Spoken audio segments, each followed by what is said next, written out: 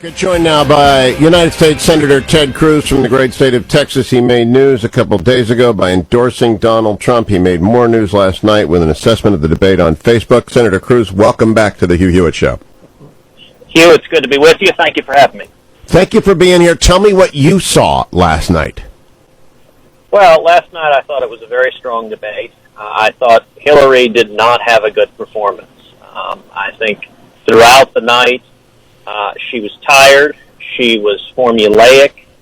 The entire debate from Hillary was more Washington as usual, and every proposal she advanced was another big government solution that isn't working, that is failing.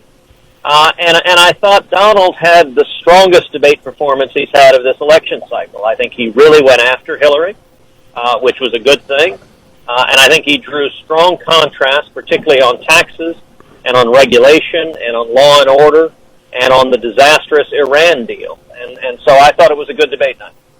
Now, the conventional wisdom is that she trounced him because of the birther issue and because of fading energy on the part of Donald Trump. There is a dissenting view. Nicole Wallace, Mika Brzezinski, Hugh Hewitt believe the first 35 minutes to 40 minutes were all his for the reasons you just stated, and that he kept name-checking Ohio, Pennsylvania, and Michigan to the great advantage of his primary state efforts there. Would you address both in turn, which is the confirmation bias underway in elite media and the social desirability bias I've been warned about by Sean Trendy, and at the same time his name-checking and the effectiveness thereof? Well, sure. Anyone who is swooning at Hillary's performance last night, that's a pretty good indication that you're a card-carrying member of the liberal media. Especially in the first half hour. I think Donald very much had the upper hand over Hillary. Hillary was tentative and had no real answer. She was on the defensive the entire time. And the biggest thing is her answers, that they sounded old and tired, and I don't mean that in a comment on her health. I mean it on a comment on her ideas. Her ideas are rehashed 1960s great society, big government programs, and to me, they did not rise to the occasion remotely. Now, of course, the media is going to hyperventilate at how terrific she is, because that's what they do. The idea that they focus on the birther issue, I find thoroughly amusing, because unless you are in a college faculty hall or the newsroom of a major newspaper, I don't think there are a whole lot of voters in this country that give a flying flip about the birther issue. And so if the media thinks that was the takeaway from last night, I think that shows just how disconnected they are from working men and women who've been hammered for 7 years under the Obama economy and are looking for something different. And if all Hillary cares about is screaming, you're a racist, rather than actually providing real solutions to the challenges facing working men and women, I don't think that's a good debate night for her. Now, Senator Cruz, there were some missed opportunities, and I said this on MSNBC. The Supreme Court did not come up, and when he puts out a list with not only Senator Lee, but I mean, you got Judge Timkovich, you've got Judge Gorsuch, you've got my favorite, Judge Ryan, a Ludwig clerk like you, and a commandant to the Marine Corps aide, and a Notre Dame grad, so we get out of the Ivy Leagues for a while. Why did he not do that? I don't know. I will say the questions didn't naturally lend themselves to it. You and I would both have loved to have seen a much more direct discussion of the Supreme Court, of the Constitution, of the Bill of Rights. I think to some extent the moderator can be faulted for that, and that was just not the direction the conversation was going. But to my mind, that is one of the biggest, if not the biggest, distinction between the two candidates. And as you know, the developments last week were a major reason why I made the decision to vote for Trump in November, because on Friday he put out a list of 21 judges, and a couple of important things. One, as you noted, he put my friend and colleague Mike Lee at the top of the list. Senator Mike Lee, I think, would make an extraordinary Supreme Court justice. to replace Antonin Scalia. But secondly, and this was the most important part of the list, and much of the media missed this, when he put it out, he explicitly committed that the only people he would consider are the 21 names on the list. Previously, they had put out a list of 11 names, but there had been no commitment other than these are among the people we will look at. On Friday, they locked themselves in and said these 21 are the only ones up for consideration. That was a major new development, and it was a major new development exactly along the lines of what I had urged in Cleveland, which is that I wanted to see our nominee defend freedom, defend the Constitution, and the Supreme Court is going to be right at the crossroads of determining whether the Bill of Rights remains vibrant in protecting our liberties or whether it is rendered a dead letter by a Hillary Clinton judicial activist court.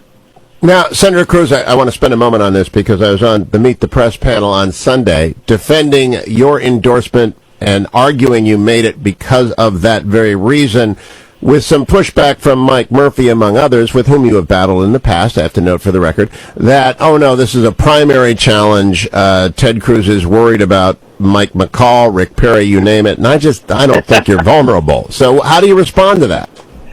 Well, it is not surprising that there are a bunch of people throwing rocks, and I would note the people who are throwing rocks are, by and large, people who have hated the fact that I have stood up to Washington in the Senate since I've been elected. They have hated that I've taken on leadership and have been willing to lead the fight against Obamacare, willing to lead the fight against the debt ceiling, willing to lead the fight against amnesty. And when you have liberal Republicans who don't want to see conservatives doing that, their natural fallback, and the fallback of many of the mainstream media, is anytime you're fighting for conservative principles, they accuse you of being just political. That's just what they say. Oh, this is just politics. This is political. You know, the Wall Street Journal had an editorial where they said, oh, it must be political.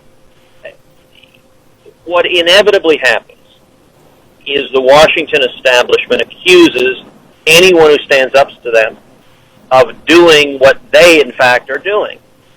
Here's the simple reality. If I were being political, I would have endorsed Donald Trump back in Cleveland at the convention. That was the obvious political thing to do.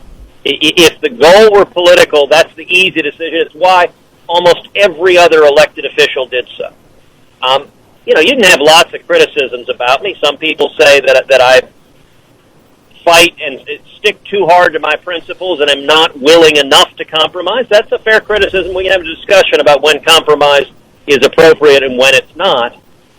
But the reason I stood my ground in Cleveland is actually the exact same reason I made the decision on Friday, which is that I believe every voter should follow your conscience and do not stay home, come out and vote up and down the ticket for candidates you trust to defend freedom and defend the Constitution. And I hoped in Cleveland to help push our candidate, push our nominee to the right, to embrace freedom, to embrace the Constitution, because I think that's the only way we win. And in the weeks and months since Cleveland, I had been urging the Trump campaign repeatedly to give more specificity, especially on the Supreme Court. And so about 3 weeks ago, when I sat down with Mike Pence, and we had a conversation about what it would take for me to come on board, that was the major issue I stressed, was the Supreme Court, every one of our rights, whether it's the Second Amendment, whether it's religious liberty, whether it's free speech, we're one vote away from losing it. And for me at least, I wanted to see greater specificity, a greater degree of comfort that Justice Scalia's replacement and the subsequent justices would be principled constitutionalists. You and I both know many of the people on that list of 21. It is a terrific list. And the commitment on Friday they made that they would only nominate from that list, to me, was a big deal, and that was enough to move me over to a yes. Also because, by any measure, Hillary would be a disaster. And at this point, it is abundantly clear the election's a binary choice. Either Donald Trump or Hillary Clinton is going to be president. So if you don't want Hillary, and I am very much in the never Hillary camp, the only choice that can beat Hillary is Donald Trump. So you and I are conversant with the threat to religious liberty and the overturning of Hobby Lobby, this threat to the Second Amendment, the overturning of Heller, the threat to the 10th Amendment and the overturning of all the federalism jurisprudence of which Justice Kennedy is a part, all of that goes out, and the expansion of the regulatory state is unchecked, and it's exponential in its growth. Given that, will you be out campaigning for Donald Trump, and if they ask you to help with debate prep, would you do so? I am happy to help. I have conveyed that to them. I will do whatever I can to defeat Hillary Clinton. My heavy focus this cycle, in addition to defeating Hillary, is on preserving a Republican majority in the Senate, and I am working hard to help my colleagues get reelected. I'm working hard to raise money for them to help turn out conservatives in their state. And then I'm also working hard in the state of Texas to turn out conservatives, because if conservatives stay home this cycle, we could see really bad results on down-ticket ballots, on judicial races, on state rep races. I don't want to see that happen, so I'm going to do everything I can to urge conservatives to come out and vote, even if they may not be thrilled at the candidates on the ballot. I'm urging them to come out and vote anyway, because the consequences of staying home, I think, are really quite significant.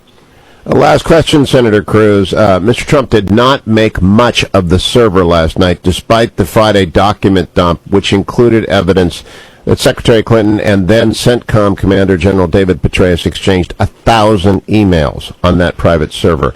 The consequences of this, of national security, are disastrous. What do you think is going on at the Federal Bureau of Investigation and the Department of Justice with regards to this case? Well, unfortunately, I think the FBI and I think the director, James Comey, gave in to politics, and it was a corrupt decision. It was a decision, sadly, that appears designed to curry favor with Barack Obama and the administration, and with Hillary Clinton, who I assume he believed would be the next administration.